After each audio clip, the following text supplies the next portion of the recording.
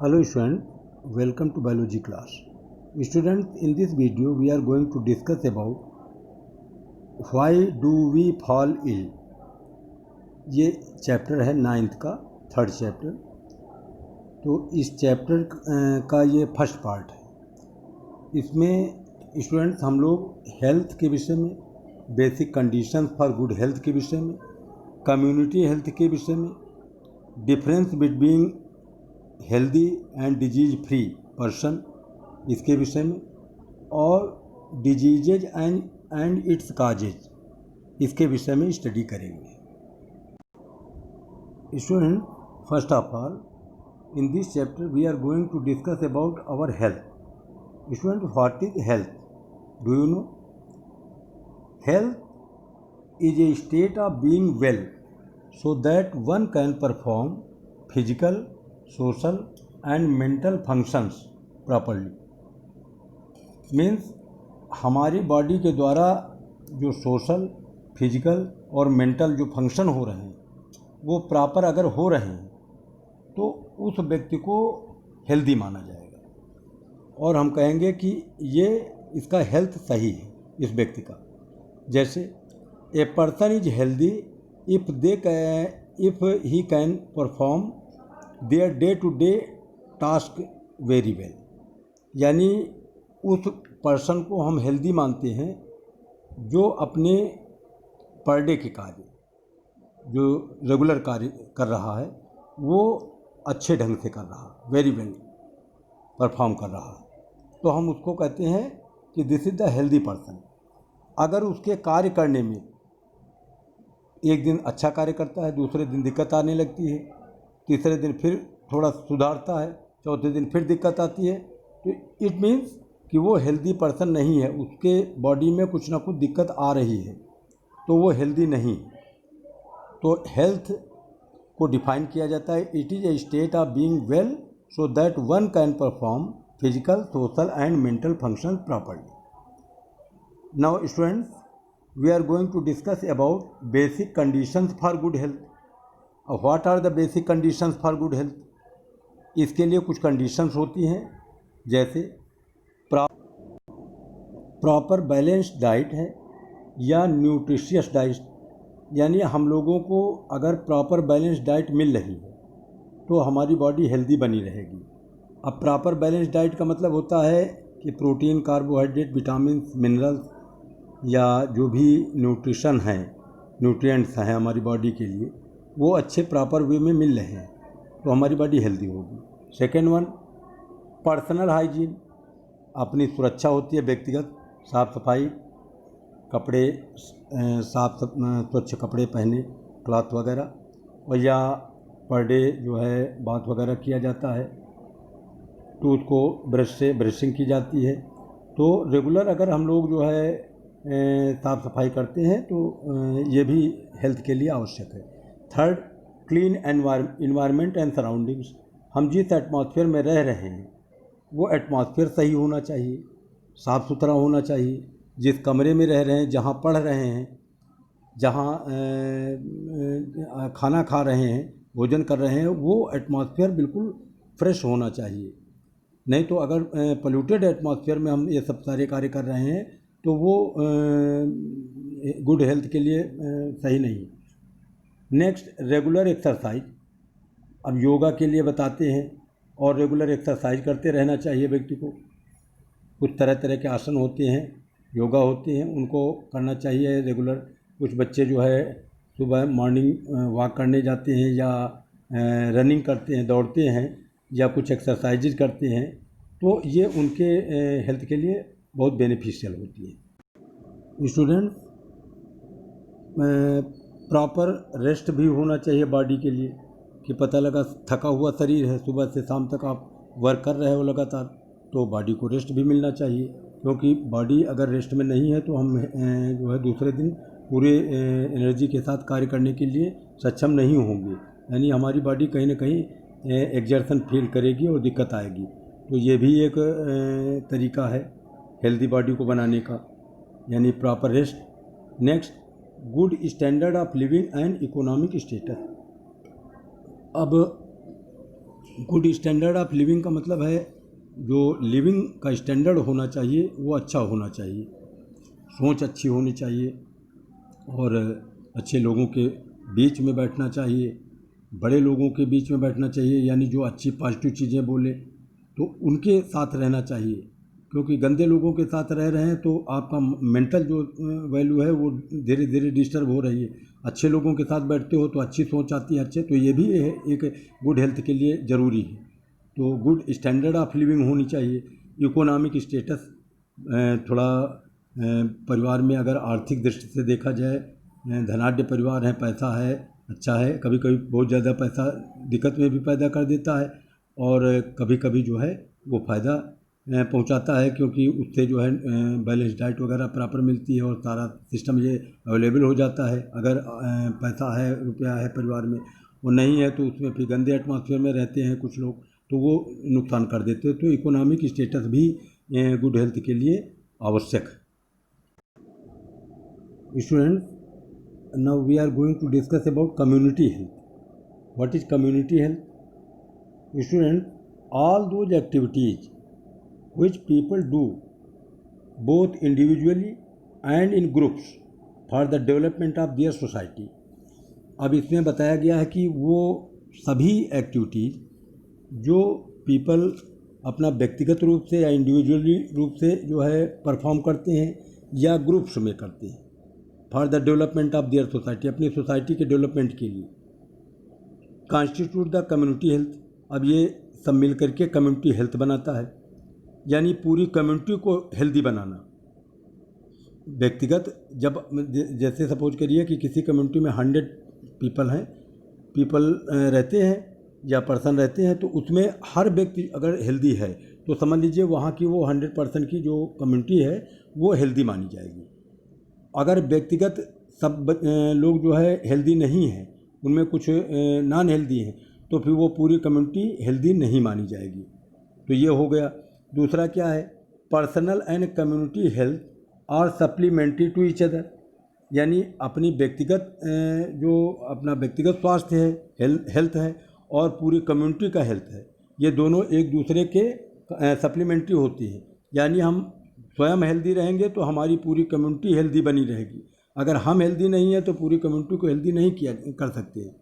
Third क्या है, we protect our self by keeping our body clean, हम लोग अपने आप को जो है हेल्दी बना सकते हैं, सुरक्षित कर सकते हैं अपने बॉडी को क्लीन करके, रेगुलर बाथिंग करके। कुछ बच्चे स्नान नहीं करते हैं, कुछ बच्चे कपड़े नहीं रेगुलर धोते हैं, तो ये चीज़ें जो है उनके लिए नुकसानदायक होती हैं।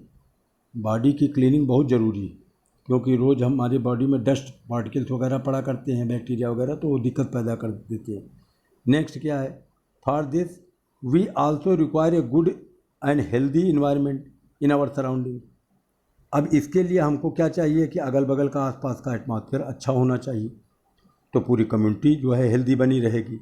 पता लगा कि एक कॉलोनी में 100 लोग रह रहे हैं, 100 पीपल, और उनके वो जो बीच में पार्क वगैरह बना है वो सब गंदा है, पोल्यूशन उसमें है या पोल्यूटेड एटमॉस्फेयर है, तो पूरी वहाँ पर रहने वाले जितने भी लोग हैं वो सब डिस्टर्ब हो जाएंगे और वो कम्युनिटी पूरी जो है वो नॉन हेल्दी हो जाएगी, किसी न किसी बीमारी के शिकार बनेंगे सब, तो वो कम्युनिटी के लिए डिस्टर्ब करेगी।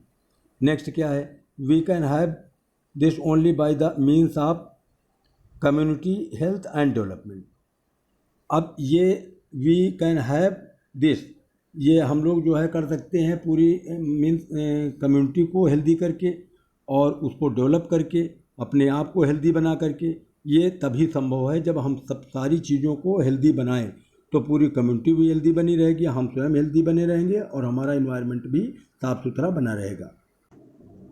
Okay students, now we are going to discuss about difference between being healthy and disease free person. तो कौन कौन सी कंडीशन दोनों में लागू होती हैं जिसको हम बीइंग हेल्दी मानते हैं और डिजीज फ्री मानते हैं। तो फर्स्ट वन इज, अगर बीइंग हेल्दी देखना है तो it is state of being well enough to functional well physically, mentally and socially. It is a state of being well enough to functional well physically, mentally and socially, यानी physically, mentally और socially ये अच्छे ढंग से होना चाहिए, being well होना चाहिए, पर्याप्त होना चाहिए। दूसरे में क्या बताया गया है, उधर अगर डिजीज फ्री में वो करते हैं तो it is a state of absence of free from disease, it is a state of absence from disease. Student ये जो डिजीज फ्री है मीन्स कि किसी डिजीज से रहित शरीर हो, यानी वो डिजीज ना हो बॉडी में, तो ये डिजीज फ्री कंडीशन मानी जाती है। सेकंड क्या है, it refers to the individual physical and social environment.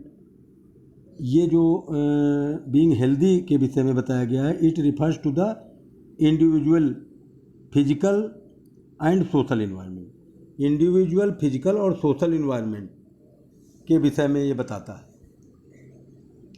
और जो उधर बताता है डिजीज फ्री के विषय में, it refers only to the individual, ये केवल व्यक्तिगत इंडिविजुअल के एक व्यक्ति के विषय में बताता है। और यहाँ पर बीइंग हेल्दी का मतलब कई चीज़ें आ गई, it refer to the individual अकेले के विषय में, फिजिकल या सोशल इन्वायरमेंट के विषय में भी पूरा बता रहा है। तीसरा क्या है, बीइंग हेल्दी में the individual has good health, अगर इसमें बताया जा रहा है कि इंडिविजुअल जो है उसमें गुड हेल्थ होना चाहिए, उसका होता है। और इधर क्या बताया गया कि गुड हेल्थ भी हो सकता है या पुअर हेल्थ भी हो सकता है, लेकिन डिजीज फ्री हो, यानी एब्सेंस फ्रॉम डिजीज, डिजीज ना हो। पुअर हेल्थ है थोड़ा बहुत तो कोई बात नहीं, लेकिन डिजीज कहते हैं हम इनका थोड़ा हेल्थ इस समय डाउन है तो, लेकिन बीमार नहीं है। और दूसरे को कहते हैं कि ये हेल्दी पर्सन है, यानी स्वस्थ व्यक्ति हैं, वो तो उनमें तो खैर बीमारी है वैसे भी नहीं है क्योंकि हेल्दी है। लेकिन दूसरा जो है पुअर हेल्थ वाला है, लेकिन बीमारी नहीं है उसमें, हेल्थ पुअर हो सकता है हल्का फुल्का, लेकिन कोई ज़रूरी नहीं बीमारी हो या ना हो। Student, now we are going to discuss about diseases and its causes, यानी डिजीजेज और उसके कारण के विषय में कि कौन कौन से रीजन्स हो सकते हैं, क्या क्या कारण होते हैं। First is we can say that disease is any abnormality caused in our body. अब इसमें क्या बताया गया है कि we can say that disease is any abnormality, जो डिजीज जो होती है वो कोई एबनॉर्मलिटी है जो कि हमारी बॉडी में मतलब होती है। सेकेंड क्या बताया गया, when a person is affected by a disease either the functionally और the appearance of one or more symptoms of the body will change for the worse when a person is affected by a disease। जब कोई व्यक्ति किसी disease से ग्रसित होता है, infected होता है, तो फंक्शन यानी फंक्शनली रूप से यानी फंक्शन उसके डिस्टर्ब हों या कोई बाहर से कोई सिम्टम्स आ जाए जैसे बुखार आ जाना बॉडी के द्वारा, will change for the word, तो वो उसके लिए जो है कई चीज़ें डिस्टर्ब कर देती हैं। बाहर से अगर कोई प्रॉब्लम आ गई, कोई सिम्टम्स आ गए जैसे स्नीजिंग, छींक आना, खांसी आना, कफिंग होना, ये एक्सटर्नल सिम्टम्स शो कर रहे हैं। और कभी कभी क्या होता है कि अंदर से फंक्शन डिस्टर्ब हो जाते हैं, जैसे पैंक्रियास ठीक ढंग से काम न करे, किडनी ठीक ढंग से काम न करे, तो वो चीज़ें जो है फंक्शनली मानी जाएंगी। तो उसकी वजह से क्या होता है कि वो व्यक्ति को कहीं ना कहीं से डिस्टर्ब करता है। दूसरा क्या है, a disease is not caused by any external injury but can be caused by an external factor like germs. Disease जो होती है वो इंजरी के द्वारा नहीं होती है कि कहीं कट जाए फट जाए, इससे डिजीज नहीं होती। कोई बाहर से फैक्टर्स हैं जैसे बैक्टीरिया हैं, वायरसेज हैं या फंजाई हैं, ये जर्म्स जो होते हैं, प्रोटोजोअन्स हैं, ये हमारी बॉडी में चले गए तो डिस्टर्ब कर दिया जाके, उन्होंने अपनी ग्रोथ चालू कर दिया, तुम्हारी ग्रोथ बंद हो गई, तो आप पैरासाइट के रूप में, तो आप डिस्टर्ब हो जाओगे और कहा जाएगा कि आप डिजीज से इन्फेक्टेड हैं। तीसरा क्या है, next sometimes, fourth one, sometimes internal dysfunctioning of our body में आल्सो लीड टू डिजीज। कभी कभी बीमारी हो सकती है अगर हमारी इंटरनल डिसफंक्शनिंग हो गई, यानी अंदर के अंग जो है डिस्टर्ब हो गए, काम करना जो है सही प्रॉपर ढंग से काम नहीं कर रहे हैं, जैसे लीवर किसी का खराब हो गया, या एलिमेंट्री कैनाल जो है ठीक ढंग से काम नहीं कर रही, डाइजेशन नहीं हो रहा, या किडनी सही ढंग से काम नहीं कर रही, या कोई जैसे हार्ट है तो हार्ट प्रॉपर फंक्शनिंग नहीं कर रहा, तो भी डिजीज हो जाती है। उसको हम कहते हैं इनके ये डिजीज हो गई, इनके डिजीज हो गई। नेक्स्ट क्या है, these changes give rise to symptom. अब ये जब इस तरह से चेंजेज आती हैं बॉडी में, फंक्शन डिस्टर्ब हो गए और तरह तरह के डिसफंक्शनिंग होने लगी, तो ये क्या करते हैं, सिम्टम्स कुछ क्रिएट करते हैं और साइन कुछ क्रिएट करते हैं डिजीज के। तो उससे हम लोग जो है पता लगा लेते हैं कि ये इस व्यक्ति के ये बीमारी है। जैसे दर्द बना रहे, स्वेलिंग आ जाए कहीं पर, फीवर आ जाए, तो ये कुछ कॉमन सिम्टम्स हैं। स्नीजिंग होना चालू हो जाए, कफिंग होना चालू हो जाए, तो हेडेक हो जाए, तो ये सिम्टम्स देख करके हम बता देते हैं और डॉक्टर के पास पहुंच जाते हैं। तो डॉक्टर वो एक लक्षण देख करके बता देता है कि हाँ इस बीमारी से वायरल है या इससे है, तो उससे जो है वो कोई इलाज करता है। डॉक्टर्स जो है इन सिम्टम्स को देख लेते हैं और देखने के बाद वो कभी कभी चेकिंग भी करा लेते हैं। अब बुखार कई टाइप से आ सकता है। बुखार जो है वायरल भी हो सकता है, बैक्टीरियल हो सकता है, टाइफाइड का भी हो सकता है, या मलेरियल हो सकता है, इन्फ्लुएंजा में भी हो सकता है, पोलियो में भी हो सकता है, फ्लू में भी हो सकता है, या डेंगू में भी हो सकता है। तो बुखार तो बॉडी टेम्परेचर है इंक्रीज कर रहा है, लेकिन डॉक्टर कैसे पता लगावे कि किस टाइप का बुखार है, इससे कौन सी बीमारी है, तो उसकी चेकिंग प्रॉपर करा लेता है, टेस्ट करा लेता है, और टेस्ट में पता चल जाता है कि कौन सा बैक्टीरिया, कौन सा वायरस तुम्हारी बॉडी के अंदर है, उसके हिसाब से वो इलाज करता है। स्टूडेंट्स, इस वीडियो के माध्यम से आप लोगों को कई सारी चीज़ें अपनी बॉडी के विषय में समझ में आ गई होंगी कि हेल्थ क्या है, हेल्दी पर्सन क्या है, basic conditions for good health क्या है, कम्युनिटी हेल्थ क्या है, और डिजीज फ्री क्या है या बीइंग हेल्दी क्या है, डिफरेंट टाइप्स की डिजीज़ कैसे होती हैं, उनके काजेज क्या हो सकते हैं, और डॉक्टर्स कैसे सजेस्ट करते हैं। तो बहुत सारी चीज़ें आपने इसमें इस वीडियो के माध्यम से सीखा। Okay student, thanks.